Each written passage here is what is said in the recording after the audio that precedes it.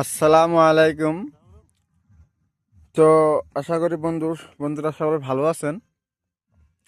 তো আপনারা তো সব কিছুই দেখেনি প্রাকৃতিক সৌন্দর্যগুলো। তো আজকে আপনাদেরকে দেখাইছি মানে বালুর চর আর কি। দেখেন বালুর চর কত সৌন্দর্য লাগে আর কি। একটা সময় ছোট ছোট যখন ছিলাম তো বালুতে খেলতাম। মানে আমরা চরচাপুরি মানুষ, তো চরে বড় হয়েছি।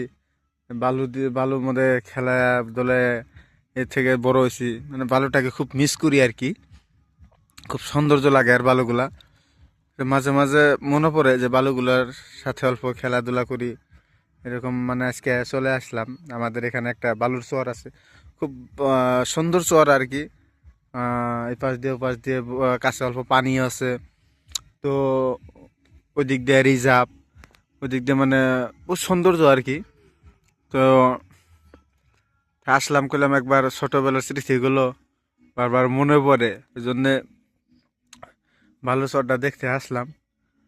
তো মাঝে মাঝে আপনারও আসবেন।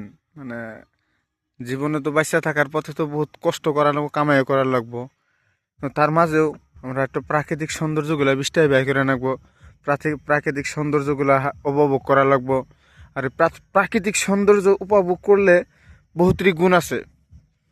তো এক নম্বর গুণটা এঙ্গর হইলো নিজের মনটা ভালো থাকে।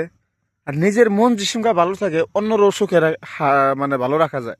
এবং নিজে ভালো না থাকবেন, দেখবেন কেউ কথা বলে তার হাতে কথা কইতে ইচ্ছে যাবো না, তারও মনটা খারাপ হবো। ওই জন্যে আপনার মনটা সর্বপ্রথম ভালো করেন, দেখবেন সবাই আপনার হাসি খুশির মাঝখানে রাখতে পারবেন।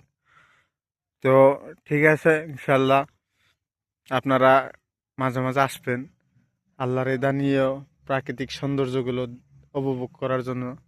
So thank you, all the best.